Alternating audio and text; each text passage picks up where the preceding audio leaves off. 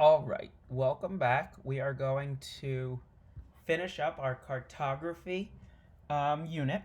So today we're going to start by talking about map projections. And again, you have a three-dimensional globe, and it has to end up on a two-dimensional piece of paper.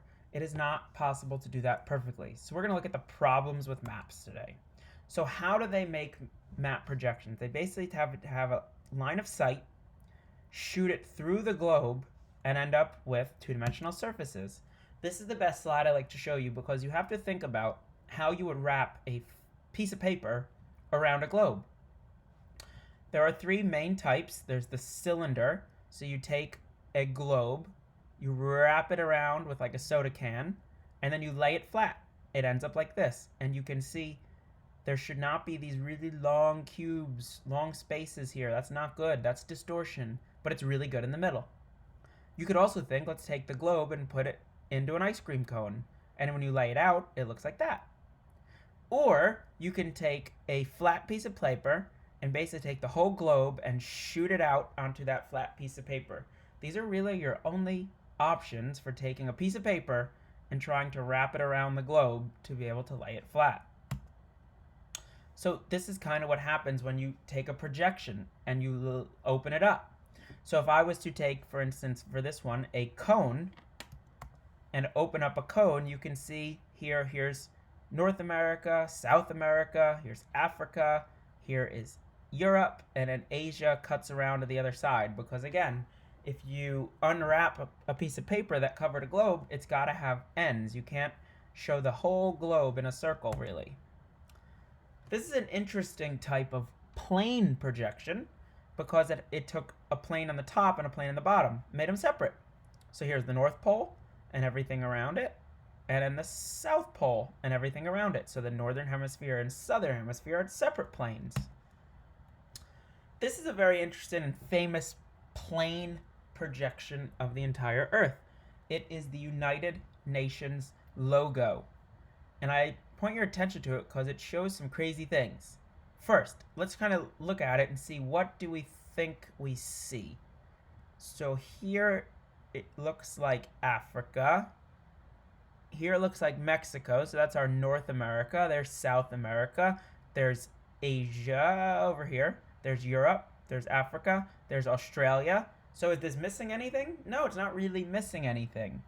But where's the center? The center, it looks like, well, here's Asia, here's North America. The center is the North Pole. So the crazy thing about this is that this outer ring, this whole outer ring, has to make up the entire South Pole because putting a piece of paper over the whole globe, you have to distort somewhere. So the outer circle is the Antarctica South Pole continent, and it's crazy distorted because it had to be elongated to fit the needs. But that's just a famous logo of the UN. Here is another cylinder projection. You can see they wrapped the globe with a soda can and then laid it out. So you end up with this type of looking picture.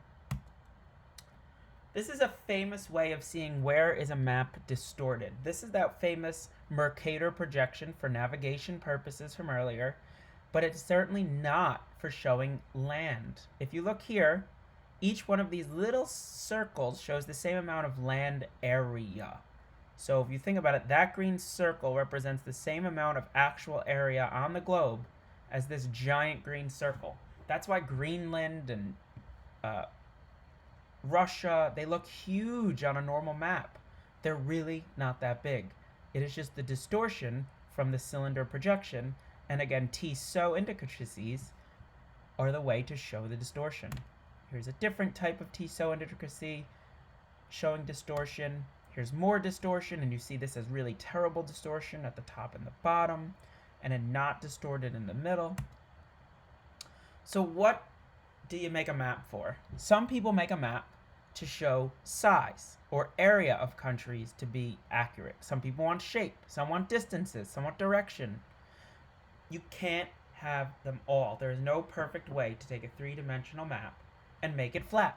So that's why this unit exists, because there's all the math that goes into how do I get right the size, the shape, the distance, the direction, but you can't have them all. So, we're going to look at some important ones, but before we continue, some important things. You can't have a map with all of these. So what we're going to look at is some maps are equal area, meaning the area on the globe is equal to the area on the map. Some maps are all about distances, meaning the distance between 2 points. You can put a ruler down and measure it, and it's accurate. That's called equidistant or isometric. The last one is if you want the perfect shape of countries, the perfect shape of states, you would use a conformal map. No map can have all of these things. These are funny clips from the West Wing where they try and share new maps and they blow you away with their, controversy. So size distortion, just some quick things to see why you should not agree with every map you see in history class. Alaska on a map looks this big. Mexico on a map looks that big. In reality, Mexico is bigger. Mexico is bigger than Alaska, believe it or not. Greenland is only 0.8 million square miles. China is 3.7. That is just about 5 times bigger. So this green should actually be 5 times bigger than this blue, but the distortion on the map creates it. 3D becoming 2D. Africa, believe it or not, bigger than Russia. Doesn't look like it, it is. This is one of the first maps that ever kind of took into account they wanted equal area. So they actually showed this is really what Africa looks like in size compared to everything else. So Africa really, guys, is in area sense really, really big. This is updated with color. This is the same thing, but maybe challenges what you're used to seeing. It puts the Pacific as the center. And as map makers got better and better, they started to show things even better. This map, conformal meant shape, conformal shape. Area. This map shows the area of a country and its shape perfectly. So this is the Hobo Dyer equal area map, also conformal.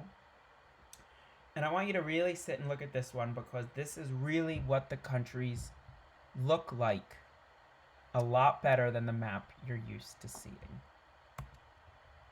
This is an interesting one.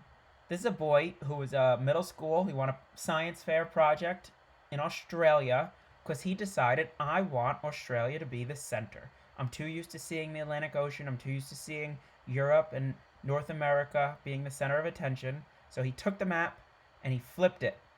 He flipped it. He put Australia on the top.